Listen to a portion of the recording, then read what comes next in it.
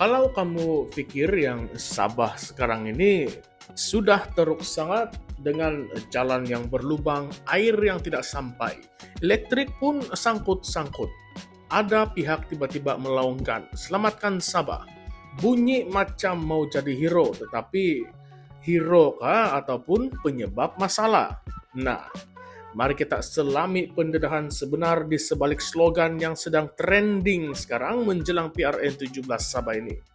Kamu duduk dulu, chill dulu, relax. Tapi otak kena on, telinga pun kena on. Sebab ada banyak kontroversi yang akan kita kupas pada video kali ini. So, kamu sudah dapat apa yang sebenarnya ingin diselamatkan? Mari kita jawab persoalan ini. Salam sejahtera semua dan selamat datang sekali lagi di channel ini, Current Sphere MY.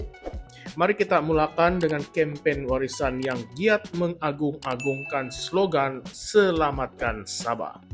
Mereka kata negeri ini sudah menjadi sangat parah. Pengangguran meningkat, kos hidup yang mencanak naik, bekalan air dan elektrik tidak stabil. Presiden warisan Datuk Seri Muhammad Syafiee Apdal pun sebut berdasarkan statistik pengangguran belian naik daripada 7% kepada 9%. Data yang cukup ketara. Beliau juga ada menyentuh pasal isu bekalan air di Sandakan yang mengambil masa 8 bulan untuk pulih. Tetapi tersangkut pula di situ. Masalah air, jalan berlubang dan gangguan elektrik yang dilaungkan ini kononnya mahu diselamatkan oleh warisan. Tetapi ironinya banyak kritikan datang daripada kepimpinan ini. Ketua Menteri Datuk Seri Haji Jinor menuduh tindakan kerajaan warisan dulu yang menamatkan konsesi 9 syarikat loji rawatan air punca utama krisis terbesar bekalan air sekarang. Kerajaan terpaksa membayar pampasan sehingga 315 juta ringgit kerana disaman syarikat terbabit. Itu baru satu isu. Kemudiannya warisan tidak duduk diam. Muhammad Syafiee Apdal bantah sekeras-kerasnya. Kata beliau, penamatan konsesi itu sebenarnya bertujuan untuk membetulkan ketidaksamaan kontrak dan menangani skandal jabatan air negeri yang diwarisi dari zaman BN Musa Aman. Kontrak tersebut katanya membazir 15,5 juta ringgit sebulan. Dengan penamatan itu, kerajaan berjimat 12 juta ringgit sebulan ataupun 144 juta ringgit setahun. Malah walaupun bayaran pampasan 315 juta ringgit itu masih lagi jimat 685 juta ringgit sepanjang 20 tahun kontrak itu. Syafiee Apdal menuduh Haji J mencuba untuk mengalihkan perhatian rakyat dengan tuduhan itu. Nah, sekarang kita nampak ada dua versi cerita. Satu kata warisan menyebabkan krisis air. Satu lagi kata yang tindakan itu adalah berani dan tindakan yang betul.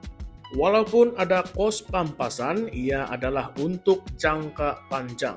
Konflik naratif ini sudah pun menjadi kampanye Selamatkan Sabah, satu medan kontroversi yang penuh dengan politik perbandingan. Dan bukan setakat isu air, jalan raya juga menjadi medan serangan. Ada dakwaan warisan pernah minta kerajaan pusat menghentikan PDP Borneo Highway yang menyelaraskan projek Lebuh Raya PAN Borneo Sabah. Dan inilah puncak kelewatan dan keadaan jalan yang macam di bulan, kata pihak kementerian sendiri. Kalaulah itu benar, slogan penjimatan keuangan ataupun tadbir urus berhemah rasa macam tidak kena pada tempatnya. Apabila rakyat hari-hari jatuh motosikal, eksiden sana-sini gara-gara jalan yang berlubang.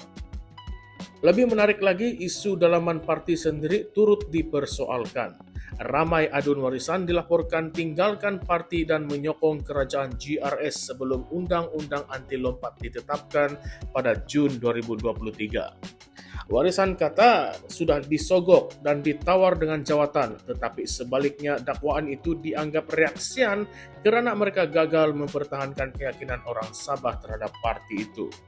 Bayangkan, kalau idola dulu bocor, kamu mau harap lagi kah boleh rapat semula? Lebih kurang begitu. Tambahan pula adun seperti Norazlinah Arif, adun Kunak, dan Muhammad Muhammarin, adun Banggi yang meninggalkan warisan menuduh parti sudah hilang fokus perjuangan mereka. Lebih pentingkan jawatan berbanding negeri Sabah. Mereka turut menyebut yang warisan juga mula menjenamakan diri sebagai parti nasional dan melebarkan sayap ke Semenanjung, dan presiden dikaitkan dengan niat untuk menjadi Perdana Menteri selepas perletakan jawatan Muhyiddin Ogos 2021. Dari parti tempatan jadi parachute nasional. Bunyi macam menarik, tetapi kamu fikir-fikirlah. Perjuangan tempatan ataupun geopolitik nasional. Jadi di sini kamu rasakah kalau slogan selamatkan Sabah itu betul-betul ikhlas, kenapa banyak isu pula timbul? Sokongan rakyat Sabah kepada GRS nampak lebih disebabkan oleh kerana GRS di bawah Haji sekarang sudah cuba menyelesaikan isu air, elektrik dan jalan. Kononnya berbanding warisan dulu yang secara kritikal dianggap menggagalkan penyelesaian konkret dalam tempoh 28 bulan mereka memerintah.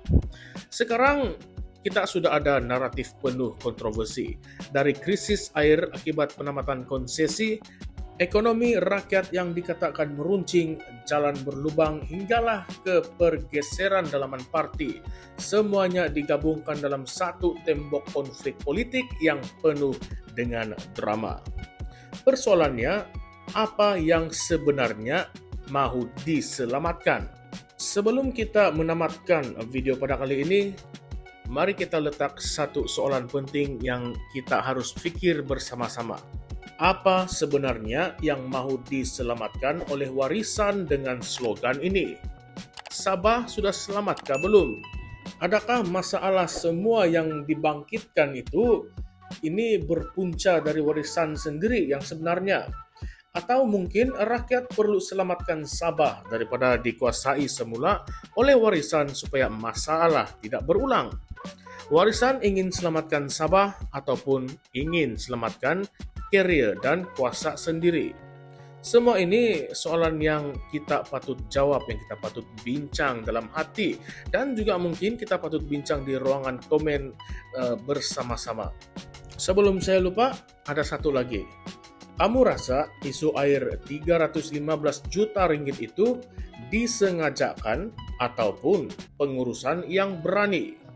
Slogan Selamatkan Sabah ini menunjuk untuk menjadi hero ataupun sebenarnya ingin menutup kesalahan. Nah, dan adakah warisan layak kembali memerintah? Apa kata Anda? Apa pandangan Anda? Coba tulis di dalam ruangan komen di bawah.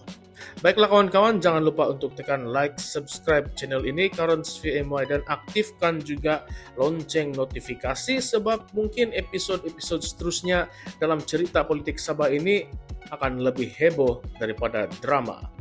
Salam sejahtera semua, salam perjuangan dan salam reformasi. Kita jumpa lagi di dalam konten yang seterusnya. Sekian sahaja semua. Terima kasih.